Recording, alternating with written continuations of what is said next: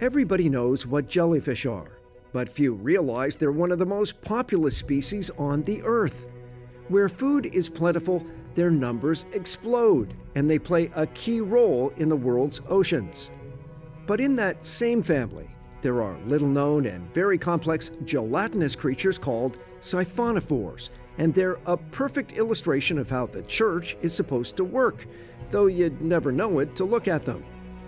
Unlike a jellyfish, which is just one independent organism, each siphonophore is a colony of single creatures called zooids that work together as one being.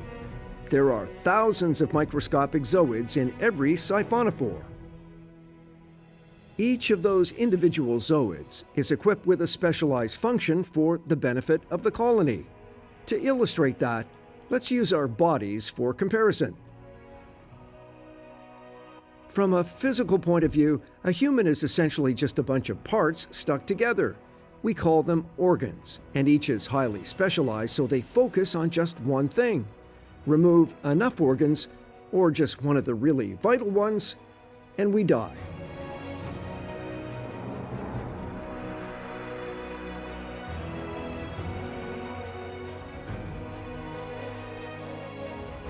But then there are what are called colonial organisms.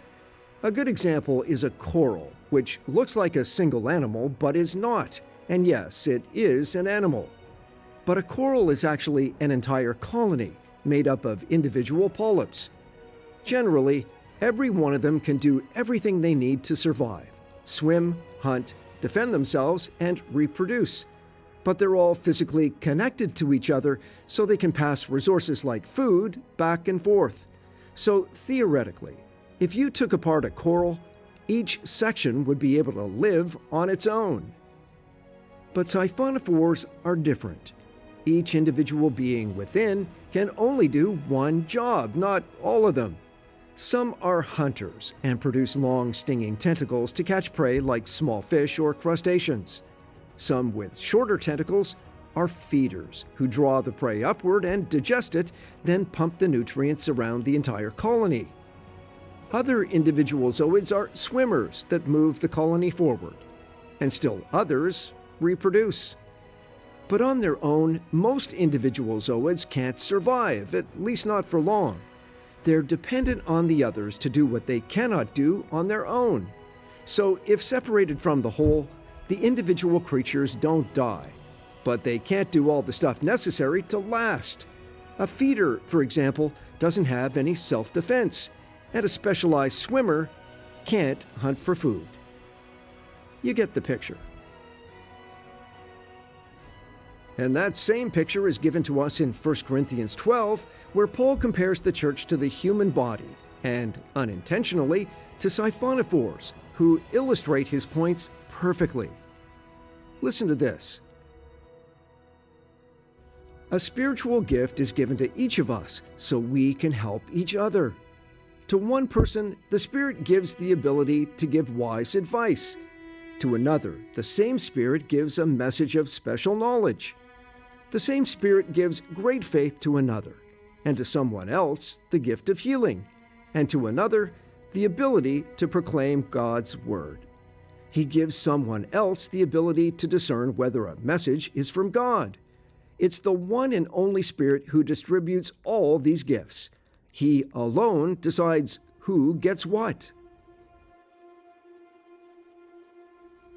Think of it as spiritual specialization. We're all in this together, and God equips each of us with a special gift He expects us to use to help everyone else in the church. Nobody has all the gifts, and each of us has at least one of them, so we're dependent on one another.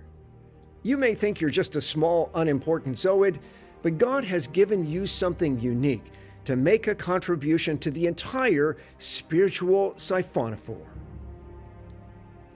Siphonophorically, so to speak, Paul goes on to say, yes, the body has many different parts, not just one part.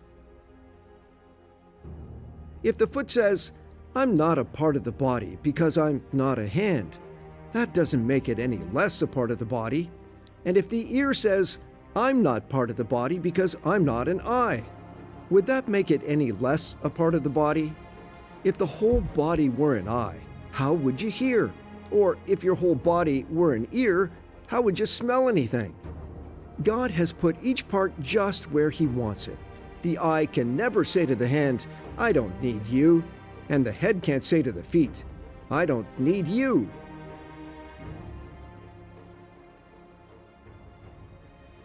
So there you have it: specialization, absolute interdependence, and the common good of the whole. It reminds me how, by joining together, the zooids increase their size and surface area so they can better survive. Individually, one is only about a millimeter long, but when joined together, they can reach immense sizes, with some reaching 40 meters or 130 feet. That's longer than the blue whale, which is generally considered the world's largest creature. Likewise, in the church, we're better, stronger, and safer together. For those of you who think your talent is meager compared to what you see in others, Paul has a special message. He says, "Some parts of the body that seem weak and least important are actually the most important, and the parts we consider less honorable are those we clothe with the greatest care. So we carefully protect those parts that should not be seen, while the more dignified parts don't need this special care. In the same way, God has put the church together such that extra honor and care should be given to those parts with less dignity. This makes for harmony as all the members care for each other. If one part suffers, all the parts suffer with it. And if one part is honored, all the parts are glad. So all of you together are Christ's body, and each of you is a part of it." Absolutely everybody has something to offer, and all those contributions are equally important. So maybe you need to get your eyes off everybody else and stop minimizing what God has blessed you with so you can better see what He wants you to do with it. Because as someone wise once said, it's not your ability that matters most, it's your availability. Now remember how I said that zooids in a siphonophore have four main roles? There are those who feed the group, protect the colony, move it forward, and reproduce. Well, in the church, it's much the same. Leaders are supposed to guide, preach, and teach so everyone can feed on the word and will of God. As Paul says in Ephesians 4, their responsibility is to equip God's people to do His work and build up the church until we come to such unity in our faith and knowledge of God's Son that we will be mature in the Lord, measuring up to the full and complete standard of Christ. There's a protective role too. Here's what Paul says will happen if leaders and preachers do their jobs well. He says, "Then we will no longer be immature like children. We won't be tossed and blown about by every wind of new teaching.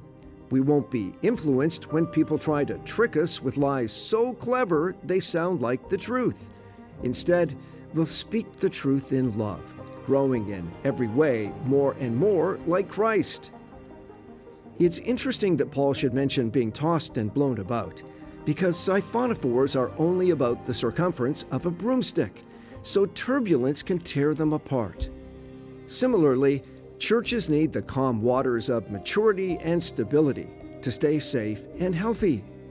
But even in calm waters, siphonophores have to watch out for deep-sea crustaceans called a tram bug, which hollows them out and uses them as a house.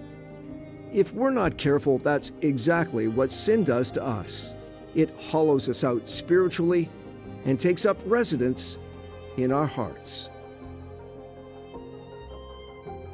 Now, along with feeders and protectors, there are others who move the church forward. Paul puts it like this: if your gift is serving others, serve them well. If you're a teacher, teach well. If your gift is to encourage others, be encouraging. If it's giving, give generously. And if you have a gift for showing kindness, do it gladly. Don't just pretend to love others. Love each other with genuine affection and take delight in honoring each other. Never be lazy. but work hard and serve the Lord enthusiastically. Live in harmony with each other.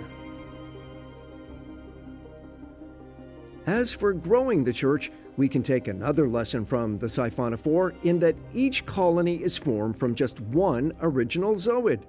It multiplies, and then they multiply, and so on. So don't ever underestimate your power to live a loving, godly life and influence others for Christ. Most churches grow because of faithful witness, not because of some charismatic preacher. So do your part. Be like the zooids in the siphonophore, who are all bioluminescent. In other words, they emit light. The color is used to attract companions and repel threats, and that's what we do when we emit the light of the Spirit who dwells within us. Let Him be seen through you, and that will attract those who are looking for God. By the way, it's interesting to note that at the head of every siphonophore colony is a float light mechanism called the pneumatophore, which orients the colony and keeps it afloat instead of sinking to the ocean floor where it would die. It reminds me of how Scripture tells us repeatedly that Jesus is the head of the church, His church. So we have to resist the tendency to see the church as ours and our leaders as the leaders. And if we truly believe that Jesus is the one who gives us direction and keeps us afloat and alive, everything else will fall into place. Another big lesson we can take from our deep-sea denizens is the power and beauty of diversity. Siphonophores live in every one of our oceans, and many of the 175 different species are in the deep sea. The colonies come in many shapes and sizes, rising and falling in the water by swimming or changing the amount of buoyant gas held in a bladder-like appendage some have. One of the best-known siphonophores is the Portuguese man-of-war, which stays on the water's surface thanks to that float that looks like the sail of a ship. It's what gave the creature its name. The man-of-war was a fighting vessel. And these creatures are powerful in their own right, with translucent tentacles that are used for stinging. They can be as long as 30 meters or 100 feet, about the length of 2 tractor trailers. Likewise, when the church is what it should be, it's an effective force for good in a dark world, protecting and projecting the qualities God wants us to embrace. But if you think the man-of-war is intimidating, check this out. It's a pyrosome, a glowing tube-like siphonophore that captures prey through its gigantic mouth. And because it gives off light, it gets its name from the Greek words for fire and body. Also known as sea pickles and unicorns of the sea, pyrosomes are more than 8 meters or 26 feet long. They look like a giant man-eating worm, but they only eat plankton, thankfully. Even so, they're a formidable force when the tiny creatures within act as one. And the same holds true with us.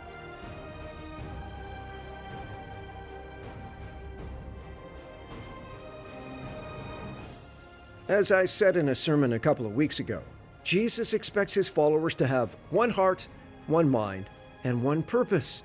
But He does not expect us to be clones of each other. He leaves a lot of room for individual personalities, creativity, and God-given giftedness. We all need a place to be safe, accepted, and useful as all together we reach forward to the goals God has placed before us.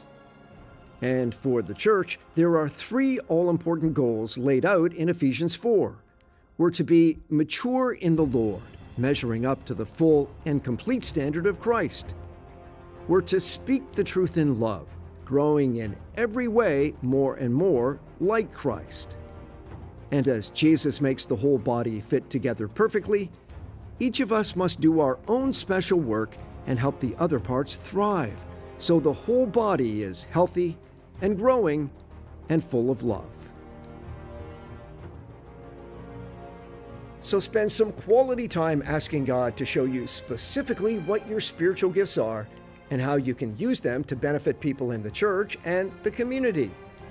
You might also consider talking to mature Christians you trust to tell you the truth, to see what spiritual gifts they notice in you.